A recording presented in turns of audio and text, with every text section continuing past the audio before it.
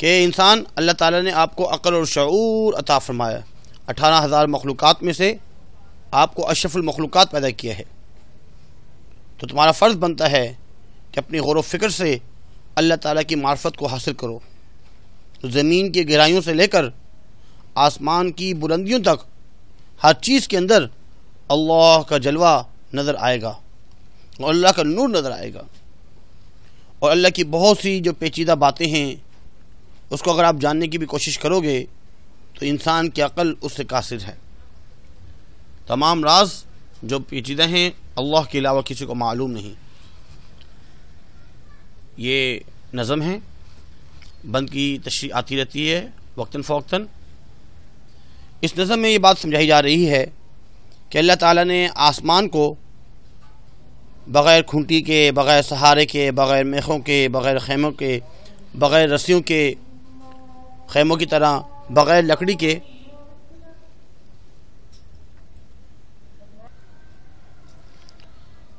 اس کے بعد ہم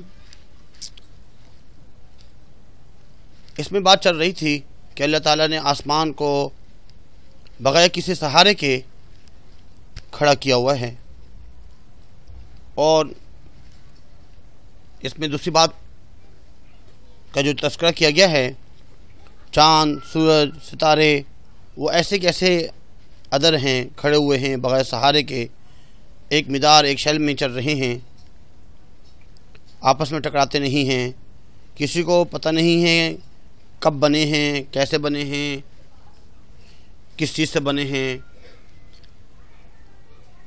زمین سورج سے کئی گنا، لاکھوں گنا بڑی ہے، 18 لاکھ گنا بڑی ہے، اور بہت سی چیزیں زمین سے بڑی ہیں، اور اس زمین جس میں ہم رہتے ہیں 260 ملک ہیں، اور یہ ایک نظام شمسی سولر سسٹم، اور کتنے سولر سسٹم ملا کر ایک گلیکسی سسٹم بنتا ہے، گلیکسی بنتی ہے، کہکشاں بنتی ہے، اور اس پوری کائنات میں بہت سی گلیکسیز ہیں، کہکشائیں ہیں، ان کے بارے میں کسی کو کچھ پتہ نہیں ہے کب سے بنی ہیں اور کیا کیا کام کر رہی ہیں۔ اور اللہ رب العزت نے بڑے بڑے پہاڑ بنائے ہوئے ہیں جو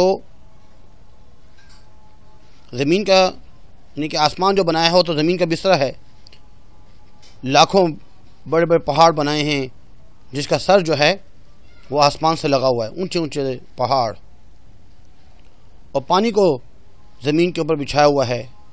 بڑے بڑے حکیم لوگوں نے خاک چھانی لیکن وہ سمجھ نہ سکے کہ یہ بیت آخر کیا ہے۔ حکیم، مہندس، پنڈت، عاقل، فاضل، نجومی، دانا، ہر ایک اس بیت میں لگا ہوا ہے، ہیلے بہانے کر رہے ہیں، لیکن آخر وہ یہی کہتے ہیں جو خوب دیکھا تو یار آخر، خدا کی باتیں خدا ہی جانے۔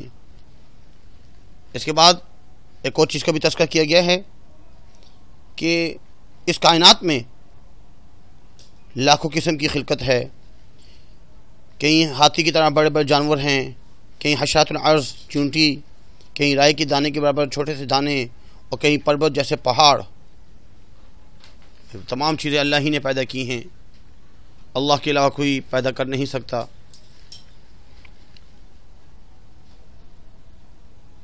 نظم پڑھ لیتے ہیں۔ جہاں میں کیا کیا خود کے اپنی ہر ایک بجاتا ہے شادیانے، کوئی حکیم اور کوئی مہندس کہتے ہیں انجینئر کو، کوئی ہو پنڈت کتھا بکھانے، قصہ سنانے۔ پیج نمبر 173 میں لکھا ہوا ہے، کوئی ہے عاقل، کوئی ہے فاضل، کوئی نجومی لگا کہانے، جو چاہو کوئی یہ بیت کھولے، یہ سب ہیں ہیلے، یہ سب بہانے، پڑے بھٹکتے ہیں لاکھوں دانا، کروڑوں پنڈت ہزاروں سیانے، جو خوب دیکھا تو یار آخر، خدا کی باتیں خدا ہی جانے۔ ہوا کے اوپر یہ آسمان کا بے جوپا خیمہ جو تن رہا ہے، نہ اس کی میخیں نہ ہیں تنابیں، نہ اس کی چوبیں، ادر کھڑا ہے، ادر ہے چاند اور ادر ہے سورج، ادر ستارہ ادر ہوا ہے، کسی کو مطلق خبر نہیں ہے کہ کب بنا ہے اور کاہے، یعنی کس چیز کا بنا ہے، پڑے بھٹکتے ہیں لاکھوں دانا، کروڑوں پنڈت ہزاروں سے آنے، جو خوب دیکھا تو یار آخر خدا کی باتیں خدا ہی جانے۔ فلک تو کہنے کو دور ہے گا، زمین کا اب جو یہ بسترا ہے، کھڑے ہیں لاکھوں پہاڑ جس پر، فلک سے سر جس کا جا لگا ہے۔ ہزاروں حکمت کا ایک بچھونا، یہ پانی اوپر جو بچھ رہا ہے، بہت حکیموں نے خاک چھانی، کوئی نہ سمجھا یہ بھید کیا ہے۔ پڑے بھٹکتے ہیں لاکھوں دانا، پڑے بھٹکتے ہیں لاکھوں دانا، کروڑوں پنڈت ہزاروں سے آنے، جو خوب دیکھا تو یار آخر خدا کی باتیں خدا ہی جانے۔ زمین سے لے کر جو آسمان تک بری ہے لاکھوں طرح کی خلقت، کہیں ہاتھی کہیں ہے چونٹی، کہیں ہے رائی کہیں ہے پربت، یہ جتنے جلوے دکھا رہی ہے خدا کی صنعت خدا کی حکمت، جو چاہے کھولے یہ بید اس کے، کسی کو اتنی نہیں ہے قدرت۔ پڑے بھٹکتے ہیں لاکھوں دانا، کروڑوں پنڈت ہزاروں سے آنے، جو خوب دیکھا تو یار آخر خدا کی باتیں خدا ہی جانے۔ اس کے بعد پیج نمبر 174 میں ایک آخری بند، کوئی ہنستا کوئی ہے روتا، کہیں ہے شادی غمی کہیں ہے، کہیں ترقی کہیں تنزل، کہیں گماں اور کہیں یقین ہے، کوئی گزرتا زمین کے اوپر، کوئی خوشی سے فلک نشیں ہے، یہ بید اپنا وہ آپ جانے، کسی کو ہرگز خبر نہیں ہے۔ پڑے بھٹکتے ہیں لاکھوں دانا، کروڑوں پنڈت ہزاروں سے آنے، جو خوب دیکھا تو یار آخر خدا کی باتیں خدا ہی جانے۔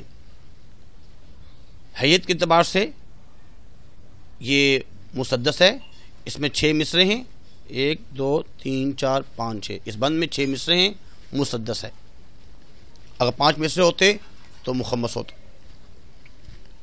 اس کے علاوہ اگر یہ بات پوچھی جائے،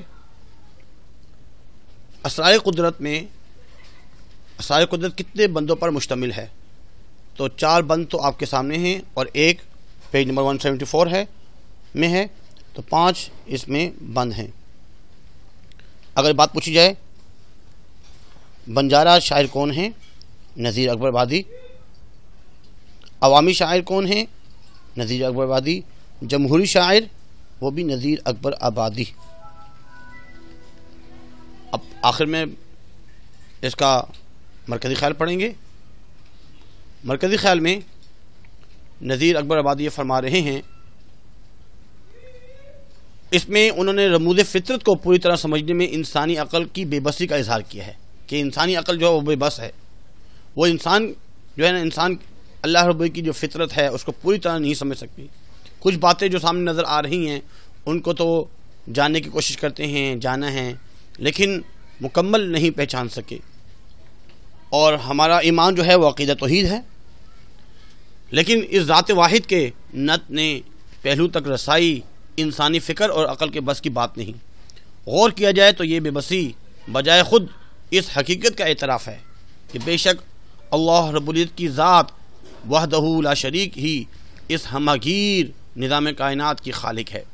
نذیر اکبر آبادی نے اس نظم میں کائنات میں پوشیدہ رازوں کی طرف اشارہ کیا ہے۔ اس کائنات کو صرف علم و حکمت کے جاننے والے کوشش تو کرتے ہیں لیکن سمجھ نہیں سکتے، کیونکہ خدا کی باتیں خدا ہی جانے۔ امید ہے کہ آج کا سبق آپ کو سمجھ میں آیا ہوگا۔ آج کے لیے اتنا ہی کافی ہے۔ اللہ حافظ، وما علینا الا البلاغ۔ جزاکم اللہ خیر۔